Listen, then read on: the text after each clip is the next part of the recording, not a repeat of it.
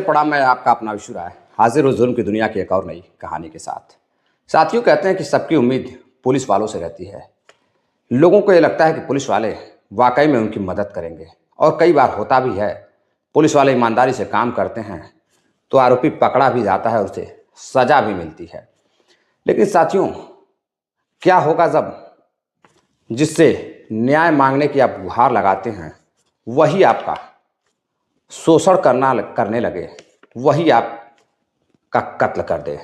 दरअसल साथियों, आज की घटना में भी कुछ ऐसा ही होता है। एक महिला जिस व्यक्ति से न्याय की गुहार लगाती है, जिस पुलिस वाले से न्याय की गुहार लगाती है, वही पुलिस वाला उसका कातिल बन जाता है। आखिर ऐसा क्या होता है?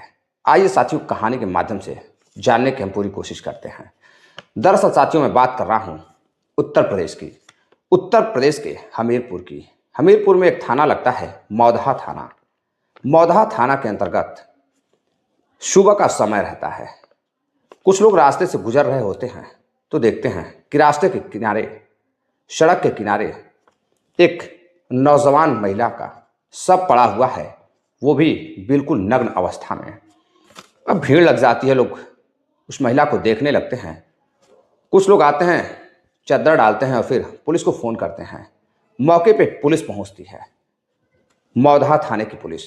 जब वहां पहुंचती है, बॉडी को देखती है, काफ़ी भीड़ लगी रहती है, लोगों को साइड करती है और फिर बॉडी को अपने कब्जे में लेकर पैक करके अब उसकी पुलिस शिनाख्त करने लगती है, जांच पड़ताल करती है।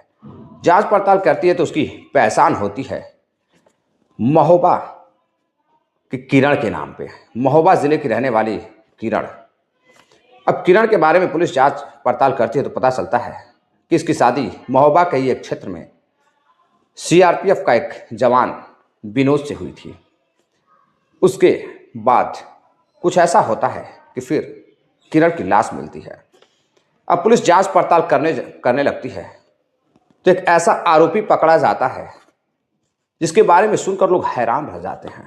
लोगों को उम्मीद ही नहीं थी कि एक ऐसा आरोपी जिसे कोई जानता भी नहीं है, जो खुद लोगों को बचाने की कोशिश करता है, लोगों को बचाने की जिम्मेदारी होती है, वही व्यक्ति उस लड़की के साथ ऐसी घटिया हरकत को अंजाम देगा। दरअसल साथियों, इस घटना की जो शुरुआत होती है वो आज से ठीक 1 साल पहले होती है।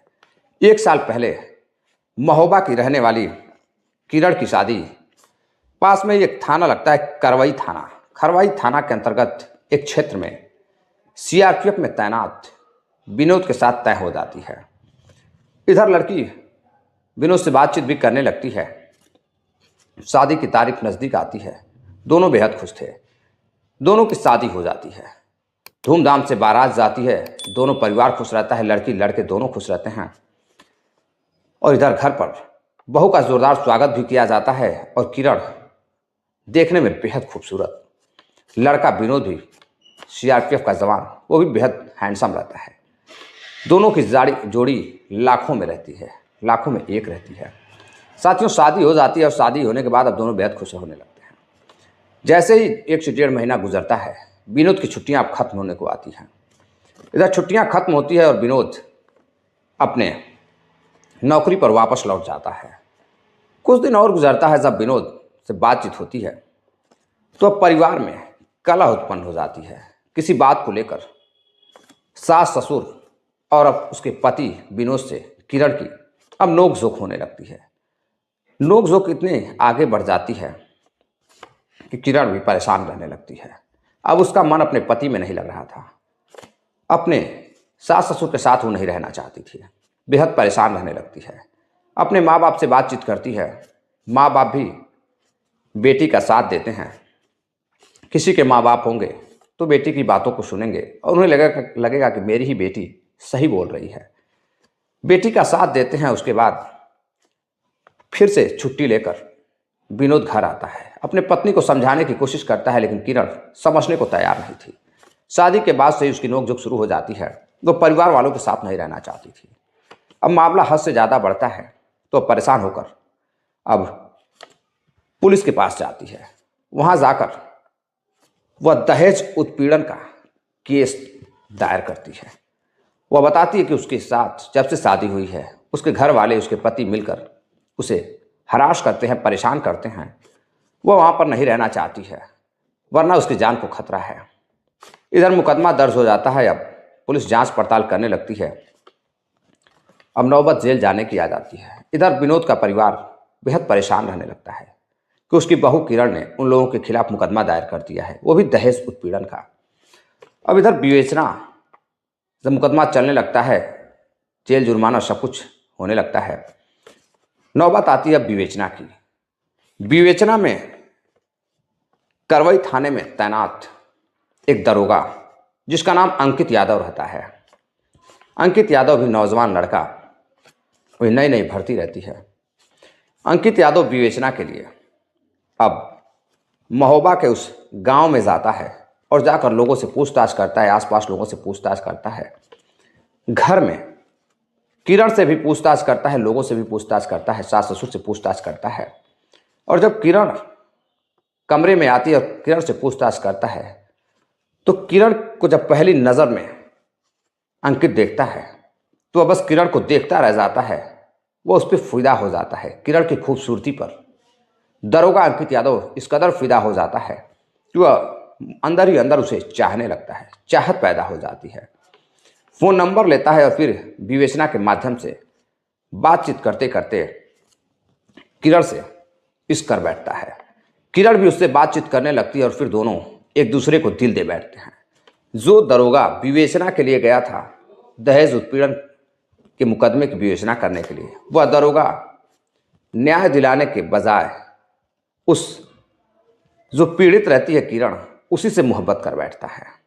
किरण को अपने प्रेम जाल में फंसाता है और फिर दोनों की बातचीत शुरू हो जाती है। धीरे धीरे मामला आगे बढ़ता है और फिर अंकित जो किरण कहती है उसी की बातों को पॉइंट करके कोर्ट में पेश कर देता है। मुकदमा चलने लगता है।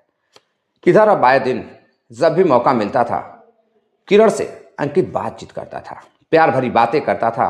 अब प्यार जब हद से आगे बढ़ जाता है तो फिर किरण उसके साथ घूमने के लिए तैयार हो जाती है। इधर अपनी दोस्त की कार को लेकर घर से बाहर बुलाता है अंकित यादव और किरण को बैठाकर घूमने के लिए अपने क्षेत्र से दूसरे क्षेत्र में लेकर जाता है।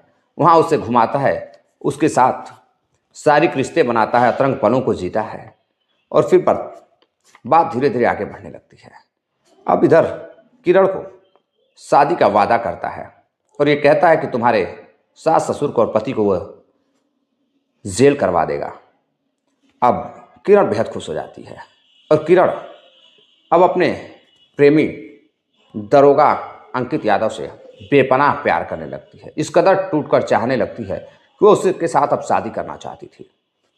इधर एक नहीं कई बार किरण को वह बाहर बुलाता है, उसके साथ अतरंग पलों को जीता है। इधर समय गुजरता रहता है, दोनों के बीच फ़ोन पर बातचीत होती रहती है। 12 नवंबर को किरण फ़ोन करती है अंकित यादव को, दरोगा अंकित यादव को।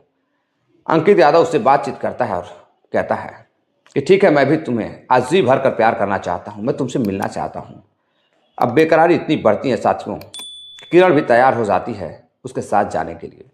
जैसे ही अंधेरा होता है, अंकित यादव अपने परिचित की 4 व्हीलर लेकर जाता है और उसे बैठाता है और बैठा कर लेकर जाता है हमूरपुर के पास एक थाना लगता है, मौधा थाना। मौधा थाना के एक क्षेत्र में लेकर जाता है, सुनसान जगह पर कार को खड़ी करता है। वहाँ प्रेम भरी बातें करता है और फिर किरण के साथ अतरंग पलों को जीता है। इसी बीच दोनों के बीच वाद विवाद किसी बात को लेकर बढ़ जाता है।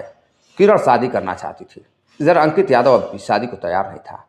अब दोनों के बीच जब वाद विवाद बढ़ने लगता है तो इधर किरण कई बार उसे समझाती है, लेकिन अंकित समझने को तैयार नहीं था। किरण कहती है कि तुमने मुझसे प्यार किया है, मेरे जिस्म के साथ खेला है और तुम मुझे धोखा दे रहे हो। बार बार मेरे साथ अतरंग पलों को जीते हो, शारीरिक संबंध बनाते हो और शादी की बात जब आती है तो तुम भागने लगते हो। आज तुम्हें बताना होगा कि यह तुम मुझसे शादी करोगे या नहीं। अगर तुम मुझसे शादी नहीं करोगे तो मैं तुम्हें जेल करवा दूंगी। अब किरण उसे धमकाने लगती है। इधर अंकित यादव सिर्फ उसके साथ कुछ पलों को जीना चाहता था, वो उससे शादी नहीं करना चाहता था। अब इन्हीं विवादों में बात इतनी बढ़ जाती है कि अंकित यादव के कार में एक लोहे की राड रहती है। वह लोहे की राड निकालता है और किरण के सर पर दे मारता है, और उसके बाद जब वो घायल अवस्था में हो जाती है तो उसके सर को मारकर फोड़ देता है, उसकी हत्या कर देता है। और फिर उसकी नग्न अवस्था में, जिस अवस्था में वह अंकित यादव के साथ थी कार में, उसी अवस्था में वह सड़क के किनारे खेत रहता है, उसी के पास झाड़ियों में वह धक्का मारता है और वहाँ से फरार हो जाता है। अब इधर पुलिस को जब डेड बॉडी मिलती है, डेड बॉडी के बाद पंचनामा करवा कर पुलिस पहचान करके पोस्टमार्टम के लिए भेज देती है। जांच पड़ताल करने लगती है कि आखिर अपराधी कौन है। पुलिस को कहीं से कोई क्लू नहीं मिल रहा था। फिर तभी कॉल डिटेल्स के माध्यम से पता चलता है कि जो लड़की किरण है वह विवेचना करने जो दरोगा गया था अंकित यादव, उससे बातचीत करती थी। उस दिन भी उसकी बातचीत हुई थी। अब पुलिस को शक होता है कि कहीं मामला प्रेम प्रसंग का तो नहीं है। अब इधर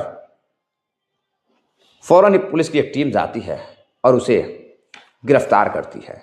अंकित यादव को गिरफ्तार करती है और फिर अपने तरीके से पूछताछ करती है तो दरोगा अंकित यादव टूट जाता है और फिर सारी कहानी बयां करता है और कत्ल की जिम्मेदारी भी लेता है। अब इस तरह से पुलिस उसे गिरफ्तार कर लेती है और वह उस रात जो कुछ हुआ था वो सारी कहानी बताता है, अपने रिश्तों के बारे में बताता है।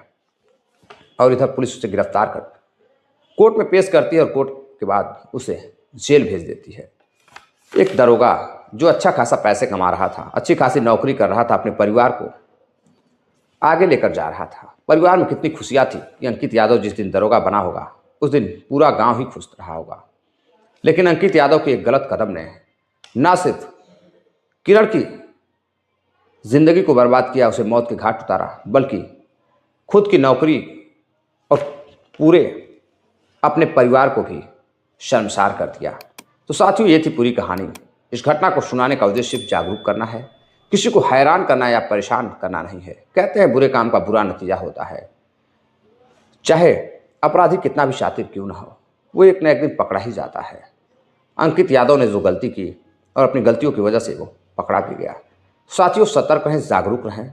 वीडियो को ज़्यादा से ज़्यादा शेयर करें ताकि ज़्यादा से ज़्यादा लोग इस घटना को जान सकें, सुन सकें और अपने परिवार की सुरक्षा कर सकें। नमस्कार, जय हिंद।